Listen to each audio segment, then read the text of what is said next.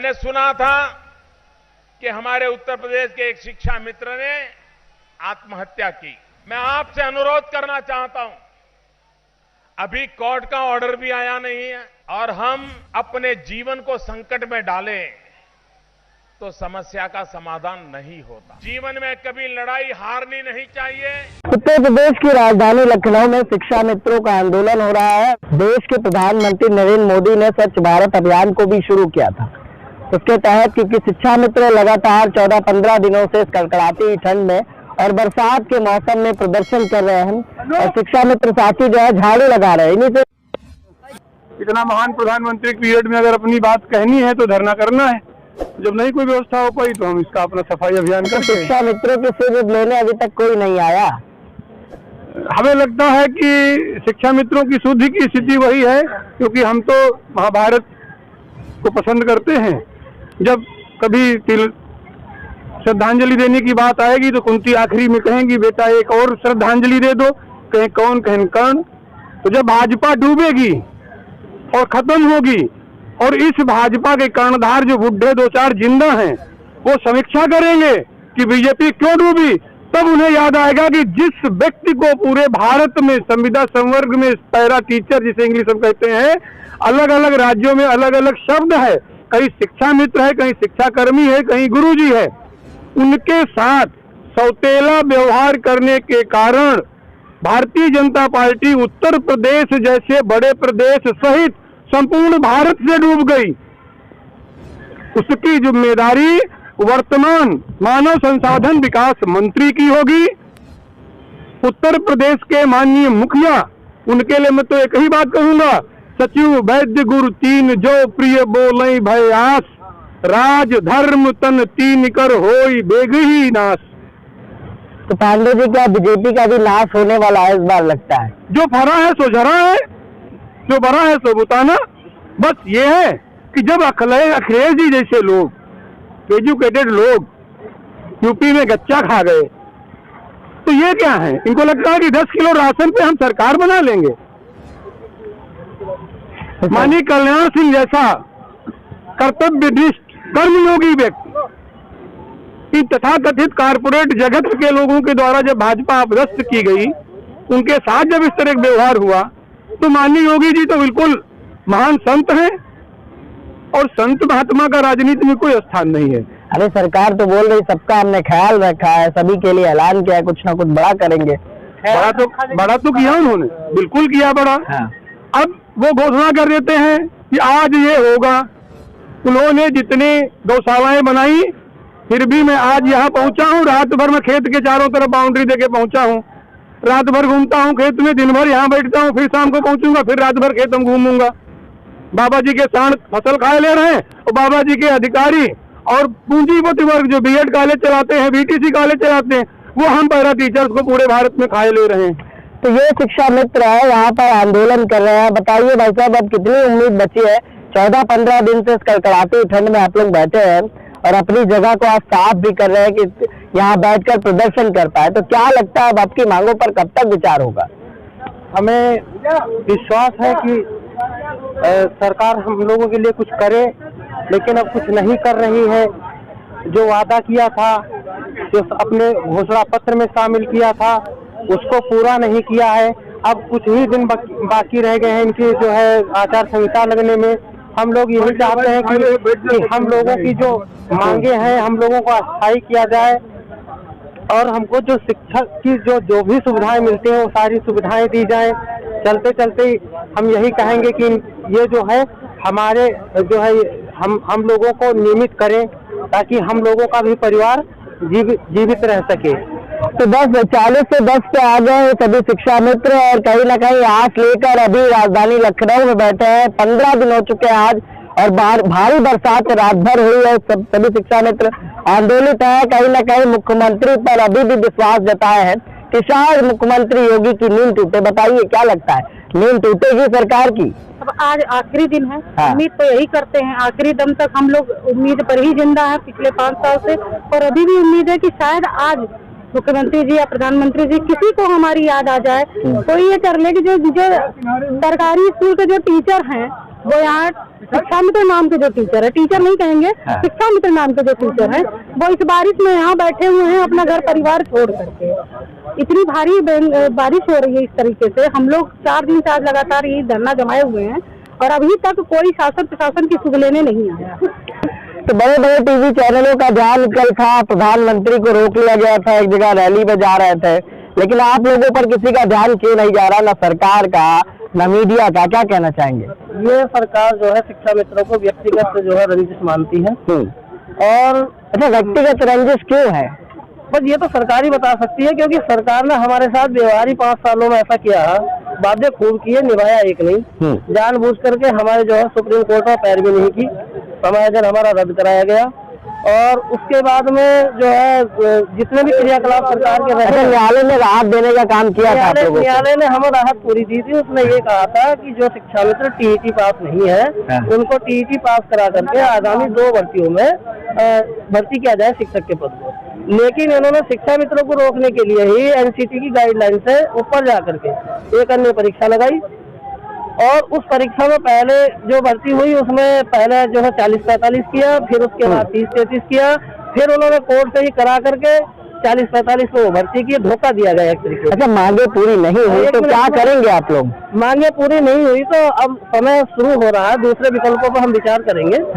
और जो हम सब, मैं एक ही बात कहूँगा कि उत्तर प्रदेश में अब राज वही करेगा जो शिक्षा मित्रों की बात। बिल्कुल, देखिए यूपी इलेक्शन 2022 में हमारे साथ ये सभी शिक्षा मित्र साथी हैं, क्योंकि इन दिनों यूपी में एक ही सर्वे चल रहा है कि इस बार यूपी में आखिर मुख्यमंत्री कौन होगा। लेकिन बड़ा सवाल यही है कि जो वादे किए थे बीजेपी सरकार ने, आखिर उस पर खरा क्यों नहीं उतरी, आखिर उसको पूरा क्यों नहीं किया? एक वादा शिक्षा मित्रों से भी है जो प्रधानमंत्री ने भी किया था, देश के प्रधानमंत्री नरेंद्र मोदी ने किया था, उत्तर प्रदेश के मुख्यमंत्री ने किया था। क्या लगता है, वादे पर तो सरकार खरी नहीं उतर पाई? और एक और बात करते हैं कि राष्ट्र मजबूत हो रहा है, तो कितना खुश है राष्ट्र की मजबूती से? हम एक भी खुश नहीं है, क्योंकि हमारे प्रधानमंत्री जी ये सर के बाहर बीजेपी को वोट देते देते हमारे उड़ गए। मैं स्वयं बीजेपी का कार्यकर्ता रहा हूँ, बूथ लेवल पर रहा हूँ, अपने बूथ से हर बार बीजेपी को जितवाया हूँ, लेकिन बीजेपी सरकार ने जो कहा वो किया नहीं। जब अखिलेश यादव जी सरकार थी उस समय हाई कोर्ट से हम लोगों का मुकदमा हारा गया था। उसी समय 2016 में माननीय नरेंद्र मोदी जी जब उस समय हमारे प्रधानमंत्री थे, बनारस में इन्होंने शिक्षा मित्रों से वादा किया था कि हम बनारस में काशी के नगरी में ये वादा करते हैं। काशी में तो इतना बड़ा काम कर दिया, कॉरिडोर बना दिया। काशी में किया, हम नहीं ये नहीं कहते कि काशी में नहीं किया, लेकिन काशी में ये भी तो वादा किया था कि शिक्षा मित्र भी हमारे ही बच्चे हैं। तो अपने बच्चों को भूल गए प्रधानमंत्री, बताइए क्या कहना चाहेंगे? अपने बच्चों पर ध्यान नहीं जा रहा है सरकारों का।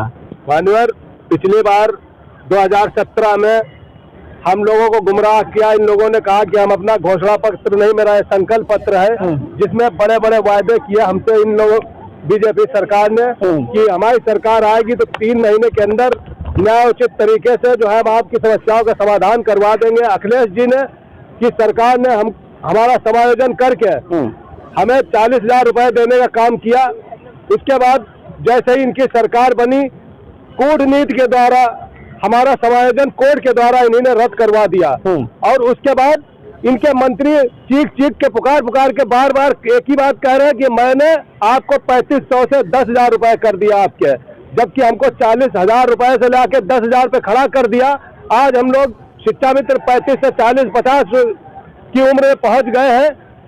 हर आदमी का एक टाइम होता है कि मतलब जो है अपना कारोबार काम करने का, हमने अपना जीवन का क्रीम टाइम निकाल दिया शिक्षा मित्र पद पे, और इस एज में लाके हमको 10,000 पे खड़ा कर दिया। हमारे साथ में हमारे बच्चे जो है, हमारे बच्चों के साथ में हमारा कंपटीशन करवाया जा रहा है। उसके बाद कंपटीशन में जो क्वालिफाइड भी हो रहे हैं उनको भी नौकरी नहीं दी जा रही। अभी हमारे बहुत से लोग यहाँ बैठे हुए हैं जिनको टूटी द्वारा जो भारांक देने को कहा, भारांक भी नहीं दिया। उसके बाद नौकरी देने को। टोटल कितने शिक्षा मित्र है जिनकी समस्या है? 1,65,000 शिक्षा मित्र अभी भी है। यूपी में? जी, यूपी में जो भुखमरी के कगार पे है। 10,000 रुपए में किसी पेट नहीं पल पा रहा है, बच्चे भूखे हैं, रहने की उम्मीद उस पे कगार पे है। उसके बाद माँ बाप बूढ़े हो चुके हैं, बच्चे जवान हो चुके हैं, शादी ब्याह होने के लायक है, और बुजुर्ग वालिद है, उनके वालिदा है, उनकी शादी ब्याह मतलब जो उनके दवा इलाज की परेशानी, बच्चों की शादी ब्याह की परेशानियां, शिक्षा मित्र बहुत परेशान है। शिक्षा मित्र बड़े परेशान हैं। शायद एक पेड़ भी है जिसको कहते हैं बेहया, सुना है पेड़ का नाम आप लोगों ने? तो क्या लगता है इस समय वही हालात सरकार के हैं? एकदम वही हालात है। मैं आपके चैनल के माध्यम से माननीय मुख्यमंत्री प्रधानमंत्री जी से सिर्फ इतना पूछना चाहती हूँ, आखिर कहाँ हम लोगों से गलती हुई, ऐसी कौन सी खता की हम लोगों ने जो हम लोगों को ये सजा दी जा रही है? 2017 में आपकी सरकार बनाने के लिए शिक्षा मित्रों ने 80-85% शिक्षा मित्रों ने ये सोच करके वोट दिया था आपको कि केंद्र में आपकी सरकार, चुनाव में ड्यूटी करके भी वोट डलवाया। बिल्कुल एकदम चुनाव में ड्यूटी करके भी हम लोगों ने वोट डाला और यही सोच के वोट डाला था कि केंद्र में उनकी सरकार है, राज्य में भी हो जाएगी तो हम लोगों का जो समस्या हमारी उसका निस्तारण हो जाएगा। अच्छा, यही सरकार पूर्व की सरकार को कहती थी कि डबल मुख्यमंत्री वाली सरकार, लेकिन इन्होंने खुद ही डबल मुख्यमंत्री भी रख दी है, केंद्र में भी सरकार बना ली, उसके बाद भी किसी भी बात को, किसी भी वादे को पूरा नहीं कर पाई। कितना खुश है, क्योंकि बीजेपी का कहना है कि कोई मजबूत हो रहा हो ना हो रहा हो, लेकिन राष्ट्र और देश मजबूत हो रहा है। तो देश की मजबूती से कितना खुश है शिक्षा मित्र? न देश मजबूत हो रहा है, न राष्ट्र मजबूत हो रहा है। देश का युवा परेशान है, किसान परेशान है, हम शिक्षा मित्र परेशान है, और जितने भी संविदा कर्मचारी हैं सब परेशान हैं। ये सब झूठ बोलते हैं और इनकी पोल अब खुलने वाली है 2022 में। ये जितने भी बेरोजगार हैं, नौजवान हैं, किसान हैं, सब मिल करके इनको सत्ता से बाहर करने का रास्ता दिखाएंगे। और मैं तो अपने साथियों से ये अपील करूंगा कि जो कुछ तुम्हें मिलना था वो मिल गया, अब जा करके 2022 का चुनाव लड़ो। ये कि अब हम खुद लड़ रहे हैं, चलिए इसको सत्ता से बाहर करो। चलिए देखिए, ये त्रिपाल भी है, एक साथी हमारे साथ, उनसे हम बात करेंगे, क्योंकि मुख्यमंत्री योगी के आदित्यनाथ के बड़े करीबी एक संत थे महंत राजू दास, उनके भी साथ आप लोग गए, बड़ी उम्मीदें बनी आप लोगों की। क्या लगता है उन्होंने कितनी वार्ता की, क्या वार्ता करा पाए, क्या निष्कर्ष निकल पाया? जिन संत की आप बात कर रहे हैं उनकी मंशा, मैंने उनका लेटर पैड देखा है, उसको भाजपा नेता लिखा हुआ है, भाजपा वरिष्ठ नेता, और उन्होंने अपना काम शिक्षा मित्रों के प्रति तो नहीं लेकिन भाजपा के प्रति बखूबी निभाया। उन्होंने 2 साल तक मतलब शिक्षा मित्रों का इस्तेमाल कर लिया उन्होंने। बिल्कुल बिल्कुल 2 साल तक शिक्षा मित्रों को जो गुमराह करके रखना था कि कोई भी आंदोलन, कोई भी प्रदर्शन शिक्षा मित्रों का भाजपा के खिलाफ न खड़ा हो सके, इसलिए वो आए दिन ये कहते रहे कि भाजपा का विरोध मत करो, भाजपा का विरोध मत करो। मैं आज मुख्यमंत्री से मिल रहा हूँ, मैं आज फलाने मंत्री से मिल रहा हूँ, आज मैं धमकाने। लेकिन शिक्षा मित्र उनकी मंशा को समझ चुके हैं, अब लास्ट में समझा है। ये उसका दुर्भाग्य है कि लास्ट में समझा है, लेकिन शिक्षा मित्र को ये चीजें बहुत पहले समझ लेनी चाहिए थी कि जिस व्यक्ति के लिए जो नाम के आगे भाजपा का वरिष्ठ नेता लिख रहा है वो अपने वहाँ अपनी निष्ठा भाजपा में दिखाएगा या शिक्षा मित्र के प्रति। बिल्कुल देखिए, यूपी इलेक्शन है और मुख्यमंत्री को वोट भी चाहिए। 1,80,000 ये शिक्षा मित्र पूरे उत्तर प्रदेश में काम कर रहे हैं लोगों को शिक्षित करने का। पूर्व की सरकार ने 40 दिया, इन्होंने 10 लाकर बड़ी बड़ी घोषणाएं की कि हमने 35 से 10 कर दिया। बताइए, वो सरकार बढ़िया है जिसने 40 दिया या ये सरकार बढ़िया जो 10 दे रही है, उसके बाद भी वादा पूरा नहीं कर पा रही? देखिए, इस सवाल का जवाब तो एक छोटा सा बच्चा भी दे देगा। बिल्कुल, कि जिसका व्यक्ति का परिवार 10,000 में ज्यादा अच्छा चलेगा या 40,000 में ज्यादा। बिल्कुल। और बात सिर्फ पैसे की नहीं है, बात यह है कि हम लोग एक शिक्षक है और शिक्षक का हमें सम्मान चाहिए। सबसे पहली बात यह है। पैसे तो आज 10,000 में भी लोग अपना परिवार किसी न किसी तरह। क्या सम्मान चाहिए जो नहीं मिल रहा है? एक शिक्षक का पद चाहिए, जो पद इन्होंने हमारा हमसे छीना है, हमें वो वापस चाहिए। और उसके लिए हम तब तक संघर्ष करेंगे जब तक कि हमें नहीं मिलेगा। सरकार कोई भी रहे, ये रहे या कोई और आने वाली रहे, जब तक हमें हमारा अधिकार नहीं मिलेगा हम संघर्ष करते रहेंगे। योगी सरकार में कहते हैं संत महात्माओं की सरकार है, लेकिन शिक्षकों का अनादर लगातार दिया तो शिक्षा मित्रों को ये लगा कि शायद अब उनका परिवार बढ़ेगा, शायद उनके बच्चे अब बेहतर शिक्षा ले पाएंगे, बेहतर उज्जवल भविष्य बन पाएगा। कईयों ने तो लोन ले लिया कि शायद अब उस लोन के भरोसे वो अपना घर अच्छा बना पाएंगे, जो बच्चों की सुविधा है उसको पूरा कर पाएंगे। बच्चों की शिक्षा के लिए लोन था, लेकिन कहीं ना कहीं जैसे ही बीजेपी सरकार के वादे जो थे वो जिस तरह से वादे किए गए थे उसके बिल्कुल विपरीत निकले। बताइए, कितना लोन ले रखा था और क्या हुआ? लोन के बाद किस तरह से चुका रहे हैं? अब जैसे हमने लोन लिया नहीं है, लेकिन आप लेकिन जानते हैं मैंने लोन लिया नहीं है, लेकिन हमारी जिंदगी 10,000 में बड़ी मुश्किल से क्या कट ही नहीं रही है। और लोन ले लेते तो कैसे कटती। तब तो चलिए लोन वाले साथी हैं, इन्हें पूछते हैं। भाई साहब आप बताइए, अखिलेश सरकार ने 40 दिया, योगी सरकार ने 10 कहा, 10 देकर कह रही है कि 35 से 10 पे ला दिया, तो कौन अच्छा था? और लोन के बाद क्या स्थिति है आपकी, क्यों लोन लिया था? देखिए 3 साल हम लोग जब अस्थायी रहे तो उसके बाद हम लोगों के पास तो रोटी चल ही रही थी, बिल्कुल, कपड़े मिल ही रहे थे, मकान की आवश्यकता थी भाई, जो मूलभूत आवश्यकताएं थी रोटी कपड़ा और मकान। तो अब घर पे हमारा पुराना मकान जर्जर था, अब उस पे हमको लोन मिल नहीं सकता था, तो हमने मतलब जो है रजिस्ट्री कराई और रजिस्ट्री का भरपाई किए, पहले प्लाट खरीदे, उसके बाद उस पे होम लोन ले लिए और उम्मीदें हम लोगों को काफी हो गया। जहां हमको मतलब जो है 10-12 लाख में काम चलना था, वहां 20 लाख लोन ले लिए। उसके बाद हम लोग ये नहीं समझते थे कि डिसीजन जो सुप्रीम कोर्ट देगा इतना खराब देगा कि हम मतलब आज से फर्श पे आ जाएंगे। और हम ये सोच रहे थे कि अगर मान लो समायोजन निरस्त भी हो जाएगा तब भी हम कम से कम सम्मानजनक मानदेय की स्थिति में तो रहेंगे, 20-25 हजार तो हम लोगों को मिलेगा और उससे हम अपनी ईएमआई काटते रहेंगे। इस बीच जब हमारा समायोजन रद्द हो गया, सरकार ने 10,000 जब दिया तो अब ये मानकर चलिए कि उस समय हमारी 18,000 ईएमआई कट रही थी और उस ईएमआई को काटने में भाई जब हमारा समायोजन रद्द हो गया तो जो हमारे खाते पे 2-2.5 लाख रुपए बैलेंस पड़ा था, उसी से हम मतलब जो है लोन देते रहे, लोन जमा करते रहे, क्योंकि सरकार से उस बीच में आश्वासन मिलते रहे कि हम 3 महीने में इनकी समस्याओं का निदान कर देंगे। तो इस आशा में कि भाई हमारा जो पैसा पड़ा है तो वो उसी से ठीक है। देखिए, एक पिता भी अगर अपने बच्चे से बोलता है कि कल मोटरसाइकिल दिला देंगे और जब बच्चे को मोटरसाइकिल नहीं मिलती तो पिता से नाराज हो जाता है। बताइए, लोन आपने ले रखा है? लोन तो नहीं रखा, लेकिन बड़ी विकट स्थिति है हमारी। हम पैर से विकलांग हैं। अच्छा, हमारी वाइफ भी विकलांग है और 2 बच्चे भी हैं। तो विकलांगों को दिव्यांग कहा था योगी जी ने, लेकिन कहीं ना कहीं उनका भी जो है आज बदहाली के शिकार है और बड़ी विकट स्थितियां हैं। 2 बच्चे हैं, बड़ी मुश्किल से उनकी फीस जा पाती है, कई बार फीस भी नहीं जा पाती, बच्चे भगाए जाते हैं। मगर अब आर्थिक तंगी के कारण किसी तरह से हाथ पैर जोड़ करके बड़ी मुश्किल से गुजारा हो पा रहा है। और सरकार ने जो वादा किया था माननीय योगी जी ने, अच्छा वादा समय से पूरा हो गया, तब तो साथ देंगे ना आप लोग? वादा कहाँ पूरा हुआ और कोई आशा भी नहीं है ना, 2-4 दिन। चलिए आप बताइए भाई साहब। मैं श्याम भारती जनपद गोंडा से उत्तर प्रदेश का एक शिक्षा मित्र हूँ और टेट कई बार पास हूँ, समायोजित भी हुआ था। अरे मतलब जो मानक थे सब पूरे कर लिए?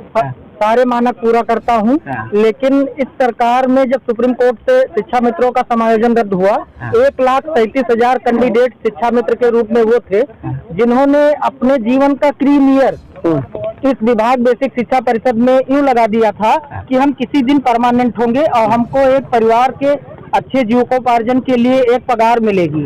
उसमें हमारे 14 वर्ष चले गए।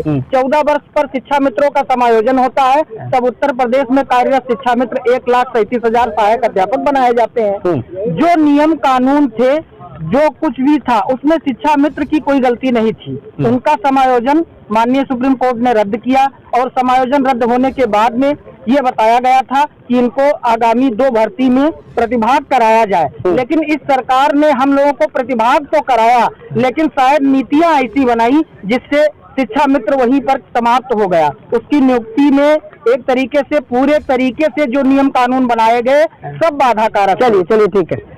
और मैं बताना चाहूंगा, फिर उसके बाद यही सरकार है, पिछले चुनाव में 2017 के चुनाव में समायोजन रद्द होने के बाद जब ये सरकार आई थी तो इस सरकार ने घोषणा पत्र में शिक्षा मित्र को शामिल किया था।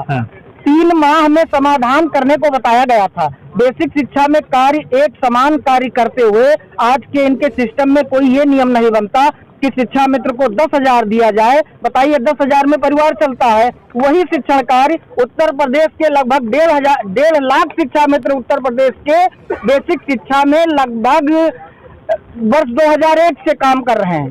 वर्ष 2001 से काम कर रहे हैं। वही शिक्षण कार्य कक्षा 1 से 5 के बच्चों को पढ़ा रहे हैं और वही आज जो अध्यापक आया है वही वो पढ़ा रहा है, वही हम पढ़ा रहे हैं। उसको 50,000 मिलता है, जो हमारे बाद में आया था 10 बरस बाद में उसको 70,000 मिलते हैं। हमको आज की महंगाई में 10,000 मिलता है। इस सरकार ने घोषणा पत्र में साफ साफ कहा था कि इनका समाधान करेंगे, शिक्षा में तो परेशान ना हो। 5 बरस बीत गए, क्या यही समाधान? बिल्कुल, देखिए 4 दिन बचे हैं आचार संहिता में, मतलब 5 साल बीत चुके हैं। 3 महीने का वादा था कि 3 महीने में इनकी मांगे पूरी हो जाएंगी, लेकिन शिक्षा मित्रों से जानते हैं कि भाई इस बार वे जवाब किस तरह से देने वाले हैं, क्योंकि कई बार बीजेपी की सरकार केंद्र में या प्रदेश में इन शिक्षा मित्रों ने बनाई, चुनाव में ड्यूटी भी की। बताइए किस तरह से जवाब देने के लिए तैयार है? बताना चाहूंगा आज संक्षेप में, आज अभी हम यहाँ पर विभिन्न जनपद के सक्रिय साथी बहुत कम संख्या में यहाँ पर मात्र इस जाती हुई सरकार को, भाई सरकार तो जा ही रही है,